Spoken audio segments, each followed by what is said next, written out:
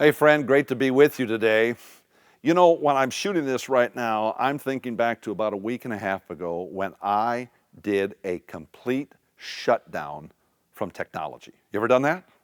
I mean, it's unbelievable. The last time I did this, I hate to say this to you, but it was November of 2013. Now, I've had a few days off here and there, but that was a great time. I was literally unplugged for about 9 days. So this time I did a 5-day unplug. No cell phone, no laptop. I will tell you, my adult daughter, who's living with us for a couple of weeks while they're moving into their new house, and my wife made note to me that yes, Dad has unplugged, but he plugged them in because I left my voicemail saying if you got an emergency, call Aaron or Pat. But that being said, this time of shutdown was absolutely critical for me. I mean, you've been where I was at. I felt absolutely empty prior to this. I mean, I was trying to serve the pastors that I work with. I was trying to really be the best I could be for them, but I was absolutely exhausted. You been there? So I want to talk to you a little bit about the business of rest. Rest is absolutely critical for you as a pastor or church leader.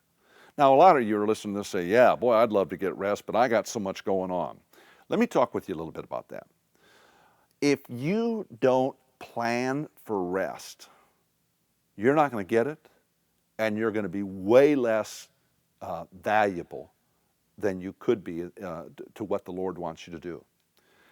You need to plan times to shut down.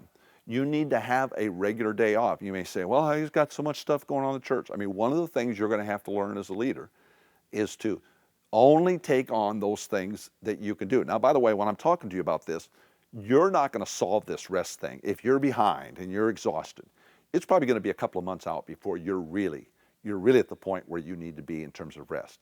But the very first thing I would begin to do, I would begin to start saying no to things that you don't have to do.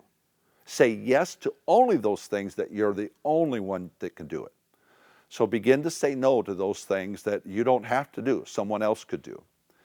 The second thing I think you really need to be factoring is the business of planning for rest. I mean, if you're so fortunate to be with a group of leaders, a board or whatever group that would provide you a sabbatical, I'm telling you, a sabbatical would be unbelievable for most of the people watching this today.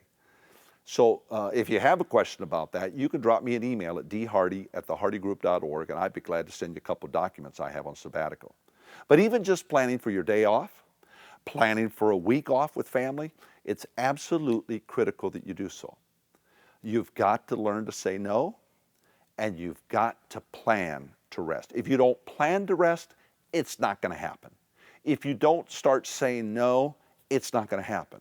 If you'll do those two things, over time, you'll begin to find yourself rested in your spirit and your body.